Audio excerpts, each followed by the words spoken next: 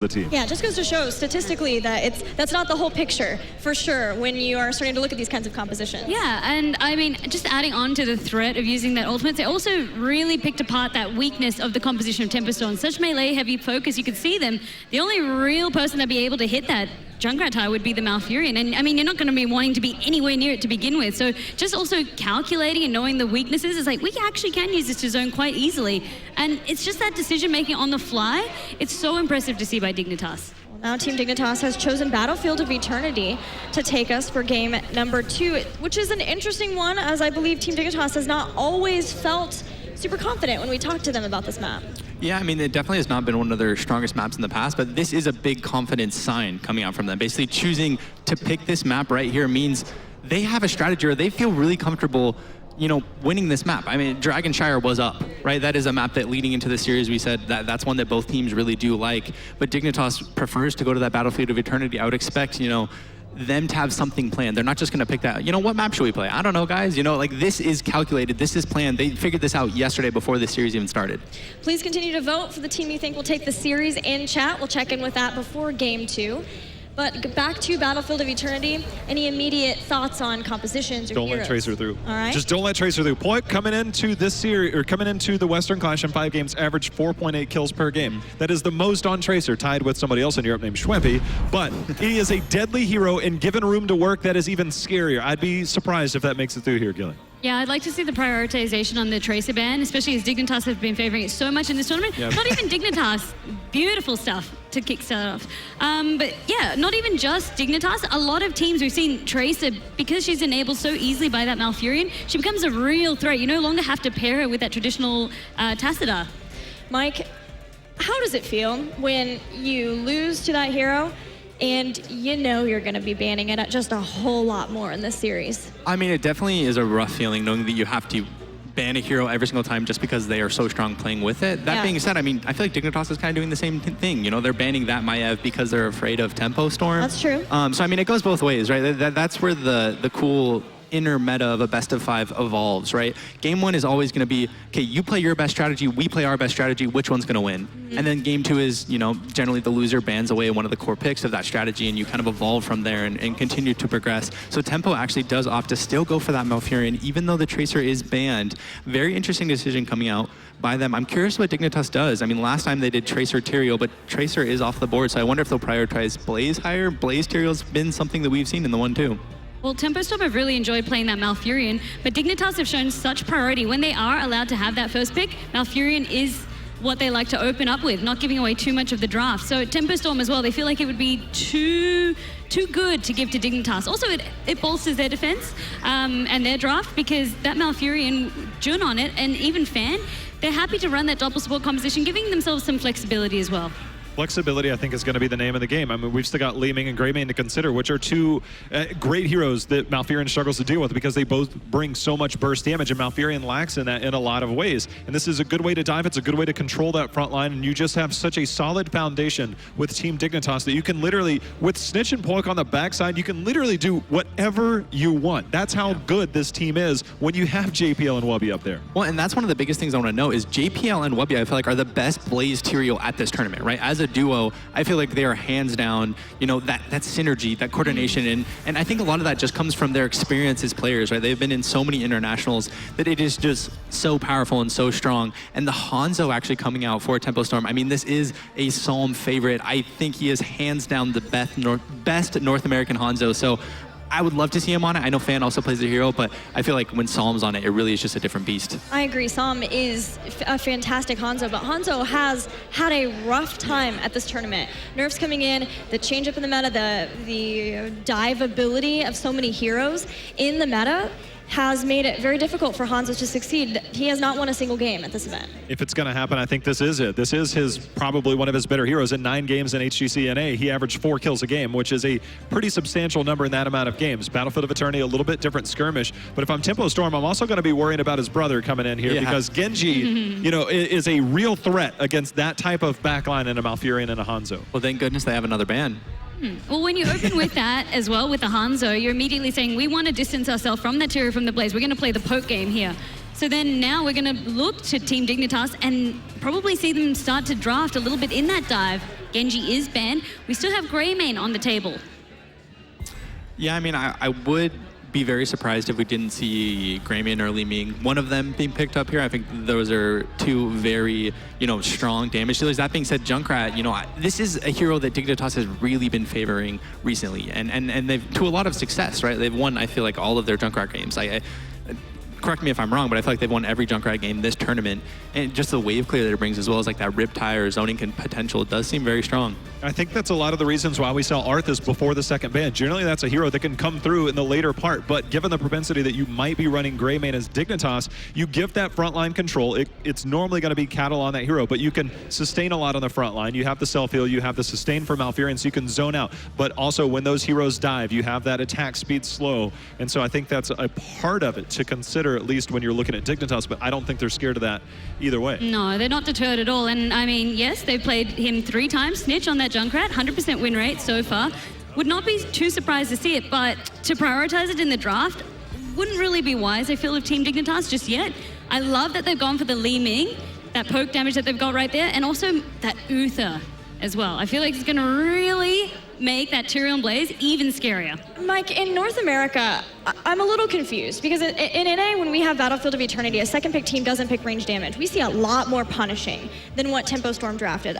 More like getting Greymane Li Ming and then banning another range damage to punish the fact that you don't have range damage as well for the race. Why is this Hanzo and Arthas so important to give that up? Because then you have to ban that Genji. Yeah, I mean, I just feel like it comes down to Dignitas has so many heroes that they play, right? Like, I feel like in North America, you have these, 4 or 5 meta range damage dealers that you're almost always going to get. And I feel like Dignitas just has an array of heroes that they can whip out, right? They have that Junkrat. They have a bunch of other heroes where they have decent race, decent damage, where it's just not worth, taking those 2 heroes and kind of showing your whole hand. The Zeratul Malthael coming out, this is a very Tempo Storm draft. And I like that. I like when teams come to international and they play them, right? Yes, adapting is important, but it's more important that you don't lose your identity. You stick to what you're good at. And these are a bunch of comfort heroes for Tempo Storm. It is an exciting draft. That being said, Dignitas does have the Tyrael Blaze. That's such a strong duo. Yeah. Hey, Michael, real quick question. You played with Fan last year, right? I did. Do you know what he dominated on last year on your team? Had the highest KD on a said hero? I mean, it was probably either Zeratul or Malthael. It was Zeratul. It was right? Zeratul? That's what's scary, right? So who plays that? Glaurung, one of the deadliest Zeratools we have. Fan, last year, the highest KDA in the world, right? So it's like they have the flexibility to make these work. Comfort heroes, no matter which direction I think you look on that double melee role. See, that's so true. Now I'm trying to think, who's playing what on the side of Tempo Storm? Like, because I know. Glau see a plays world. Zeratul. Well, I can see a world where Psalm plays Zeratul, Glau plays the Malthael, and Fan is on Hanzo. And the reason I say that is because Malthael is going to be in the solo most likely. I mean, but I guess the way this map generally goes, right? So it's like a 1-3-1, kind of similar to Braxis, where you have one hero rotating top clearing, one hero rotating bot clearing. So Zeratul and Malthael are going to be both those clear heroes. It really just comes down to which hero which person, Psalm or Fan, do they want to keep in the 3-man? And I think it'll be Psalm on that Hanzo, and we'll see Fan probably playing Malthael, and then Glau on Zera. That's my guess. Andy, do you feel it's interesting to see the Junkrat be picked into this again? Obviously, he gives a lot of disruption against those melees, but at the same time, he's pretty squishy to them too. He is squishy to them, but I do like that they picked it up. Like I said, I was glad that they didn't pick it on earlier. They were waiting to see what the last couple picks were, and I feel like it still works very well with that composition. Snitch, he's gonna probably want to maintain that win rate so far, and he's just a monster on that Junkrat. The poke and the zoning, the way he uses his Riptide is just so intelligent. Tempo Storm style, or does Snitch keep his win rate of Junkrat up in the upper digits, the good digits? Oh, it hurts my heart. I'm gonna have to go with Dignitas. I just feel like their Tyrael Blaze duo is too strong.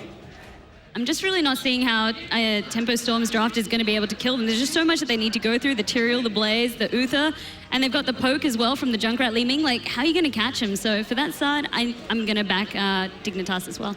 I'd say I like Tempo's draft better. You can use that Vorpal Blade if Junkrat wants to hop away. But with that being said, I feel that Dignitas got a lot of what they wanted. They seem to execute this, and they've done it so well so often that I feel like it's going to favor them. But I do like Tempo's draft, but I'm still going with Dignitas. I'll switch it up. I'll say I think Glau's going to be really excited to have his Zeratul. We saw him use the Void Prison like Korean style yesterday to try to cancel out Sanctifications. So let's see how it works out for them. Tempo Storm going to Battlefield of Eternity. Like Dignitas, it's been a not favored battleground in the past. But we'll see. I'll vote for Tempo Storm. And now we'll see if the chat votes and if Dignitas has continued to climb up in favor with you at home? Yes, indeed, 84% in Team Dignitas' camp. But I want to hear what Caldor and Trixler think about this draft for Game 2. It really feels like Dignitas believes Junkrat is the answer to Tempo Storm in a majority of their compositions, but will Tempo Storm be able to thread the needle and get a pick on that Junkrat? Well, Zeratul is certainly going to change things up a bit for Tempo Storm, and we have Glorang on the hero as we are starting into our match. But first, let's introduce the team to the left. We have Snitch once again on Junkrat, Wooby on Blaze, Zelion Uther, Poik on Liming, JPL playing tier. Ladies and gentlemen, Team Dignitas!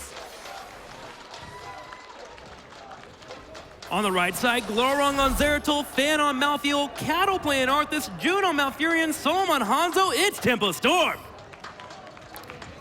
Once again, Zeratul in play for Tempo Storm as Dignitas is in the 1-0 lead in the winner bracket final. The best of 5 series, and they want to take the 2-0 lead here over their opponent. But Tempo Storm have different plans. Malthael and Zeratul, great heroes.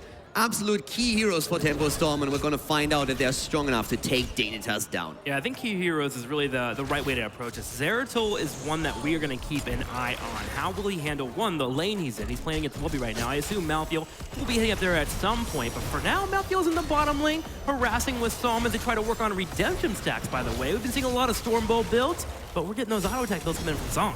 Yeah, also a really nice Howling Blast that we just saw there from Cattle, helping him already with Frost Presence, his level 1 talent, so he's getting the stacks going. And I'm very excited to see Glorang Zeratul once more. When they played against Fnatic, he was one of the key players to watch out for, always attempting to disrupt Fnatic's plays, and he did really well in that role. And he needs to be the one to put the pressure onto Liming and Junkrat in their backline. So let's find out if Tempo Storm can find these openings to take Dignitas down. I think one of the ways that they can find an opening is if they move into a scatter arrow build with redemption stacks and try to force the immortal fight from Dignitas. Junkrat wants to poke for a long time, but if you get into a scenario where Zeratul can come in for that flank because they think that maybe the opponents will win the race, that's where Tempo Storm could maybe catch Dignitas off guard. But here we have a Mercenary camp fight right away. A nade will knock back Fan, and it's very close. Tempo Storm fighting over, Zilly holding the point. Here comes Wubby too. And Wubby goes in, and they want to go for Cattle. He rotated down, and Zeratul is there. The first blood is Arthas. Nice. But Glorang in the back. Is he going for the kill? Oh, he's not. And Snitch with the play. Mouth about to fall. The triple kill as Team Dignitas takes the camp and take down 3 heroes. Bringing out the guns here in game number 2. How often do we see a 5-man invade on a Mercenary camp on the south side on BOE? We rarely ever see teams going for that camp this early, and then that both of them are willing to fight. And the double kill, of course, fantastic through the quick rotation we saw from Blaze to the bot lane. Glorang lacking behind a bit and not there in time to have an impact on the fight. And of course, then we see the concussion grenade just pushing them into play once again. Here, Cattle, the first one to fall. Wubby came in, followed up, helped get those kills, and then we had the sick play from Snitch to throw Malfurion back into the fight. 3 kills immediately hit for Dignitas, but don't count Tempo Storm out yet. They gotta get level 4 here. They're grabbing the Mercenary camp. Should be able to spread out pretty soon. And don't forget about the Zeratul factor here. One of the things that was great about Glorang on older teams is when they had the Zeratul, they would use him as a split pusher to so consistent in lanes, but he wouldn't show himself, making it harder to read how exactly you want to invade into your opponent. And right now, if we're looking at the first Immortal, we have Dignitas, of course, with a talent advantage, but only for a short amount of time. It's not going to have an impact on the fight itself.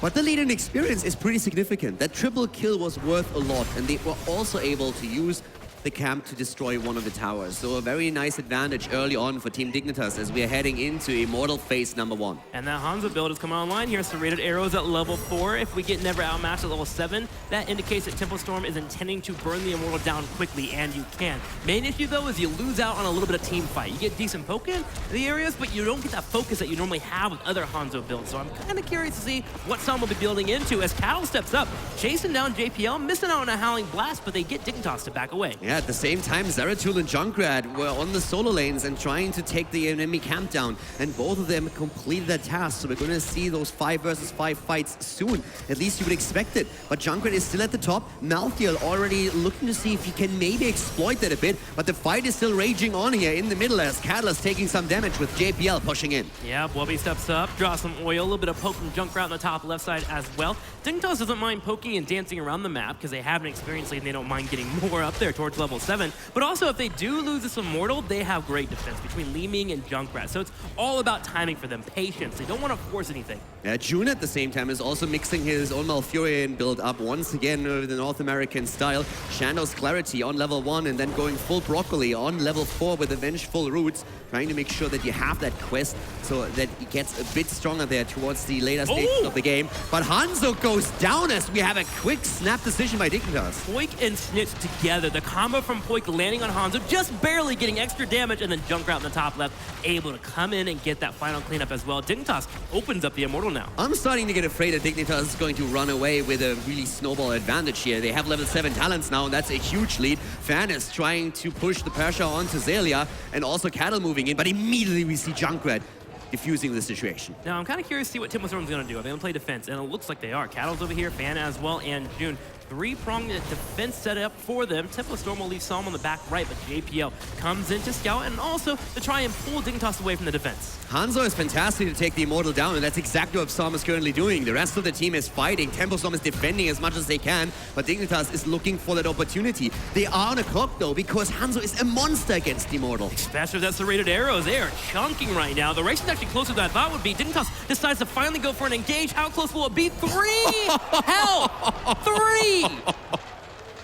Unbelievable. This is the closest Immortal I have ever seen. That is bonkers. 3 hit points left as Dignitas claim the first Immortal of the game. That is insanity. And something to note, too, is that was pre-7. So if 7 was here for Tempo Storm, they would have been that Immortal. No doubt whatsoever. With the never out match getting picked up, they would have been able to work in those auto attacks and clear it out quickly. But Dignitas, because of that slight advantage they had, they got a slight shield on their Immortal. I have never seen anything like it. Cattle, on the other hand, is all of a sudden in an awkward position as Junkrat once more proves his worth to Team Dignitas' team combo.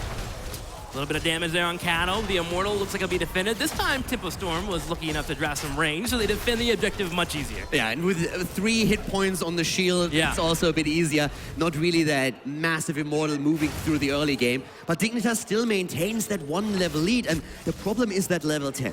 Once Dignitas has 10, they can dive behind a fort if they want to. They can really try and commit to a structure or simply take the camps on the map. Personally, I'm very excited to see how this unfolds over the next couple of Immortal phases, simply because of this Hanzo build coming out. Typically in Europe, we don't get this Hanzo build pulled out. We've had a dabble with the first couple of weeks, but it fell off pretty dramatically, while others chose to go for auto attack build or even the Storm Bow. So we're gonna get this scattered arrow build coming out in Tempo Storm. I wanna see what you got. Can you push Dignitas to the limits? Yeah, right now it's Dignitas who's really running the show, and Calamity on level 7 for Poik is one of the things that really makes me a bit worried for Tempo Storm. We've seen Mena absolutely dismantle yesterday after he got his resets in, and that is what Poik is hoping for as well in these fights. And the constant prodding from the backline with Snitch is just such a nuisance to Tempo Storm. You see Cattle always dropping in HP because it's just so difficult for him to deal with this situation. Snitch also a nuisance to Glaurung. Glaurung from the bottom lane rotated to the top, trying to force a fight before that 10 did connect, but with a trap going in the bush, he couldn't move forward, and Tempo Storm lost any chance of trying to stack some experience from their opponent. Now, with a level behind and an Immortal spawning in 20 seconds, Tempo Storm is desperately looking for minion waves. Yes, they need the minion waves right now. They need experience. They need that level 10 before the Immortal is there. Currently, it looks more and more as if Dignitas will get a free halftime show if they push for it. They've chosen their abilities, and they are ready to fight, whereas Tempo Storm is just looking for experience wherever they can find it. Experience trickling in slowly but surely, but the Immortal is here, and there's still a quarter level of experience needed for Tempo Storm. Dignitas takes a small window and starts burning it down the Immortal, and they're chucking it pretty darn quickly. Hanzo to the top, clearing out the lane, getting the Merc camp pushing as well, trying to get some experience somewhere, even if it's just turrets. As expected, it's the free halftime show for Dignitas as they drop the Immortal to 50% HP. We see Blaze still hovering at the bot lane, trying to make it more difficult for Zeratul to take the camp down. But now the 10s are there for both teams, and we are seeing Team Tempo Storm again attempting to defend their own Immortal, while some already on Hanzo is moving to the right side again, doing the solo show. Dignitas needs to keep an eye on Glaurung. Gotta find out where he's at. He has a Void Prison, he has a Greater Cleave build coming in here as well. They can force a fight at any point if Dignitas were to group up. Psalm is starting to chunk this Immortal on the right, as you just mentioned, so Dignitas steps up and drops a Riptire. Yeah, Riptire is already in, and he is looking for a target. Yeah, Cattle once more up at the front here, and Fan with the attempt to go in from the side with a Arrow. quick flank.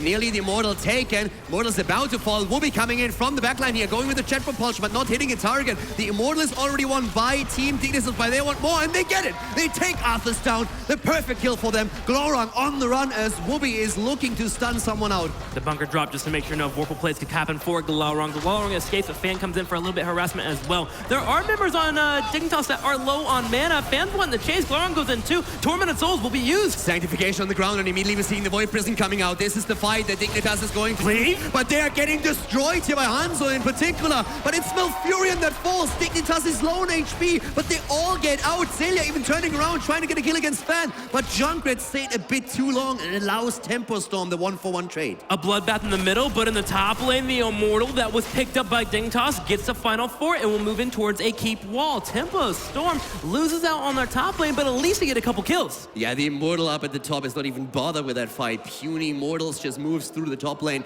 drops the fort and the structures. But Tempo Storm has actually done a very solid job when it comes to experience. They lost 2 objectives already. They lost the top fort, but their own camp took out a fort by themselves, and now they are still extremely close in experience, even though Dignitas has 5 kills more than they do.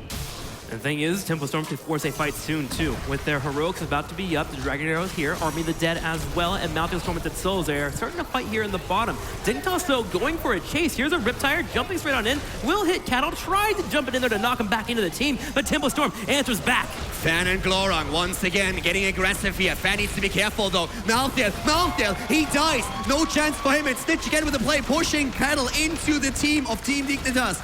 No second kill for them though.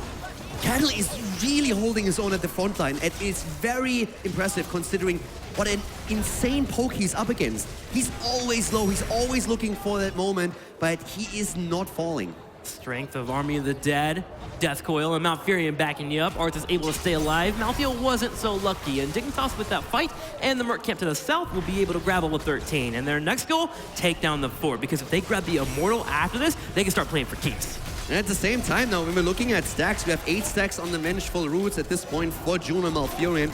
And Frost Presence has already been completed, but we're still waiting for Arthas to get the value of his level 4 talent.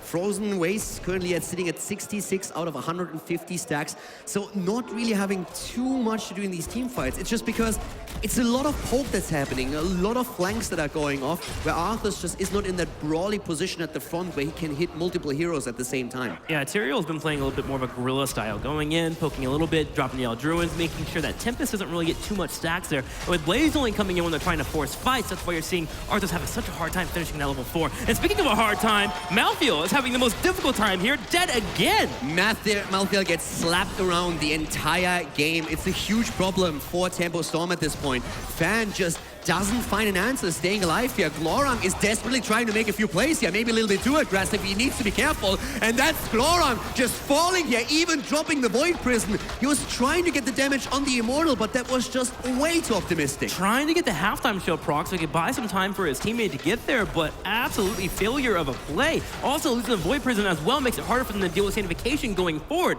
This should be a Dignitas Immortal. Yeah, once again, and that would be the 3rd one. Another thing to point out, we talked in game number 1 about the adjustments that Wooby made on Blaze, and he does the same thing again. Tempo Storm loves to run these melee-heavy compositions, and granted, game 1 was extreme, but even here, they run a lot of melee heroes, and that is what Dignitas is exploiting with that level 13 talent, the nanomachine coding. Fan again in trouble, and he is about to fall once more. Fan is just dying left and right. Whenever he enters the team fight, he is immediately focused and drops. Tempo Storm's control and patience throughout the entire tournament is not on display in this game right here. Staggering deaths, 3rd one in a row here. Gonna have Glorong going for a little bit of harassment, but this Immortal getting lower and lower, and as Point continues to siege from the top, they'll grab it, and Dignitas has a healthy, robust Immortal to push in a lane. Dignitas is playing this so safe here, 10 kills against 1. Still a 1-level lead, and they have made Malthael's life a living hell. 4 times has Fan died already, and he had very little impact in these team fights. A quick focus every time he's in position,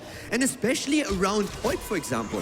He's able to get his ult in to just create these situations together with, of course, Junkrat. They're trying it again. Hanzo is down. There's the play right there, and they're chasing them down even more. In the back is Fan, and guess what? He's all alone. Trying to buy some time, some poke coming out. Snitch is well holding the point here. Li Ming gonna get the Divine Shield, goes in for a combo, and they call him the Angel of Death for a reason. I didn't think it was for this reason, but we're finding out why. Yeah, he's spending a lot of time dead, and in the same moment, we're having Dignitas with level 16 talents moving through that bot lane. Here comes the jet propulsion. Wooby just wants to go for it. He drops the bunker, and Tempo Storm is helplessly watching as their keep is losing HP. The Immortal continuing to chunk forward, going straight for that keep, down to half health, getting lower and lower. Glorung comes in after a howling blast. Here's gonna cleave. Here's the arrow. Cattle trying to find a target. He will get the Frozen Tempest off. Here comes the Riptire, and we're gonna have Arthur's pretty darn low, but the big VP! The VP is in, but what about Cattle? Can he survive here? No, Arthur's is down, and so is the keep. The Hanzo arrow was fantastic, but it was not enough. The triple stun is not enough to even keep himself alive. He's down again,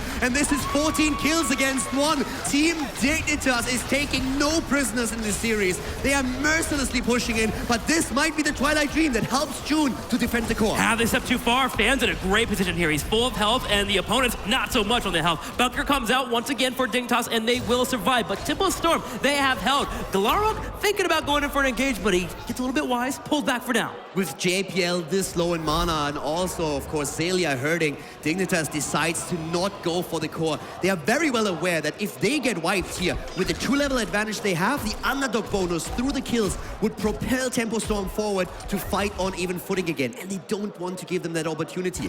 And let's face it, that Twilight Dream that we saw from June made things very, very scary for the European team. And Tempo Storm, despite being down, can have a sigh of relief here, knowing that going into the next Immortal phase, they should be on level 16. They do have a composition that can earn some kills if Dignitas oversteps. The Void Prison, into the Dragon's Arrow, the Twilight Dream that you have mentioned, all powerful tools that Tempo Storm can use, but they cannot die. They need to wait until they get their 16, which is right around the corner. At this point, of course, Dignitas is attempting to exploit that advantage as much as they can, and Poik is always present with these combos. He's playing out of his mind in this series so far. 8 kills by him alone. Snitch committing another 4 of the 14. Dignitas is currently running this show, and they're trying to get another Immortal for themselves. But this time, Tempo Storm should be able to fight on even talents from the get-go. Oh, they will. 16's right here. Coming up next, the Immortals are in 10 seconds. They have just enough time. It may come down to a team fight for them, and if they can get the Immortal, they can push forward, get a fort, and get a keep. This game is definitely winnable for Tempo Storm. Dignitas needs to be on their toes. Exactly. Dignitas has the lead by no stretch of the imagination, with a keep already gone and with even more pressure at the top lane, but there's still hope for Tempo Storm. They might be 2 levels behind, but they are on the same talent, and this is the chance for them to start to turn this game around. Dignitas is aware, poking where they can, trying to find where their opponent's at. Glorung's in the top left corner. He looks hungry, goes in for a little bit of a harassment on JPL. JPL with the shield, able to kite away. Glorung with a poke here. The entire time he's looking for these opportunities, and sometimes he might be a bit trigger happy, but he's also the guy to make the plays, to get the kill in the backline. Li Ming continues to fire away, but look at that bottom lane. Big Mercenaries pushing in. Mercenaries are there, but Hanzo is already responding, and we see Fan on Malthael in the same position here. He especially needs to be careful as Dignitas is pushing forward again to put the pressure with a poke onto the Immortal. JPL on that front line doing a good job of getting a little bit damage on that Immortal, with Junkrat helping out on the side, but with Hanzo making his way back in towards the top right corner. He's going for the fight, but Glorung goes in and Zeratul gets picked off! Zeratul gets bodied into the ground with a CC here, and that's a huge problem for Tempo Storm as they're trying to defend with 4, but Arthas is in trouble as well. Gets poked down, and once again wearing the Riptire. Snitch is letting it rip as he moves in and zones Tempo Storm out, creating the space for Team Dignitas to win again the halftime show. So Fan with a poke, and they need to buy time. Tempo Storm needs to buy time for Glorung to come back. They need to buy at least 20 seconds here, one for him to spawn the next 12, but also for him to travel across the map. But hang on, Wubby may have been caught out here. Cattle's holding him down the top left corner with Junkrat going to the top left to clear out the Mercenary camps. Cattle thought maybe he can go for a fight. Fan did a little bit of harassment, but Cattle, not so lucky, does get picked off. Arthur's flung across the map, and Dignitas defends that push and sets up for an Immortal. The Hanzo arrow comes in, but it is not having the impact they were hoping for. And now with Arthur's down, just as Glorung and Zeratul comes back, this is a horrible situation for Tempo Storm. The stagger deaths are making their play so much more difficult now. And Dignitas goes in again, the jet propulsion, the sanctification. Glorung saving the day for now with a quick Void Prism, but Tempo Storm has to fight. Tormented Souls, Fan's gonna go in. He hits a couple of targets. Tyrael is low. Can Tempo Storm get the kill? They do. JPL falls. June with the beast mode, going for the Twilight Dream the here Immortal. and opening up the play. But you're right, the Immortal, the big problem here, the continuous poke from Dignitas, but they back off for now. They know that for Tempo Storm, it's nearly impossible to move down there and claim the Immortal themselves. Tempo Storm will have to defend that bottom lane because there are catapults starting to stack up and get towards the core. Luckily, Arthas just spawned. Tempo Storm is still in this, but only 1,700 health on their Immortal. Glorang needs to be so careful here because Dignitas is looking for him. They know that Glorang on Zeratul will be on the side and will try to make a play here. Here comes the Riptire, using the cooldown to simply commit to the Immortal, and they win it once again. And look at the experience bar. Team Dignitas is half a level away from 20, and they are trying to get their Storm talents for the push through the top lane. Patience definitely the name of the game here for Team and Dignitas, waiting for that 20, but also JPL who's about to spawn. Tempo Storm does have defense. Remember that Scatter Arrow build, great against Immortals. Wooby immediately scouting the sites. They know that Tempo Storm has to flank. They have to meet the Immortal early on, and the only thing they can do, the only two options are attack the Immortal early or go for the fight and go for the flank. Cattle barely surviving here. Was a close call. Poik also low, but Fan is once again far out, and he's targeted right away, but he pops the Tormentor Soul. Tries to move in. The bunkers on the ground as Wooby is attempting to defend. 20 not there yet for Team Dignitas, but the Immortal is still on the move. The Howling Blast does connect, and Tempo Storm decides to back up. As you mentioned, the Immortal is on top of the keep. It is in melee form, so it is getting chunked down, but Tempo Storm needs to get over here and try and defend. Tempo Storm created so much space. They're doing well with the defense. They might lose the key, but it looks like they might even be able to save the core. June is so low, though, and the entire time, Snitch from the backline with Junkrat, one grenade after another, taking June nearly down, but Fan is about to move back, and June is also barely escaping. What a play again by Tempo, but Hanzo going down, Poik popping up. Team Dignitas moving in for the core. That was the immediate trigger. Now Dignitas goes in again. That was the kill they needed. Tempo Storm did a great job defending, but with a kill against Hanzo, Dignitas might have an opportunity here. They're looking for the second kill. They have the level 20, and they're posturing around. They're going for June. They go for June, and he's down. June is dead. That's the double kill. The tire is still in play as we see Dignitas moving towards the core. Moving towards the core and finally starting to shred the armor. Hanzo's on up for 20 seconds. Only Zeratul here can board defense. Invocation will be used. Cattle Fan and Glorang doing their best to look towards taking Team Dignitas down, but Dignitas is looking at the core. It's dropping down to 70, down to 60 as they continue to keep focusing it. Dignitas is going for it. Cattle with a defense attempt as much as he can, and we have Fan once again popping his ult, trying to take Dignitas down, but Glorang falls, and so does the core as Team Dignitas takes the second game against Tempo Storm and the lead in the grand final.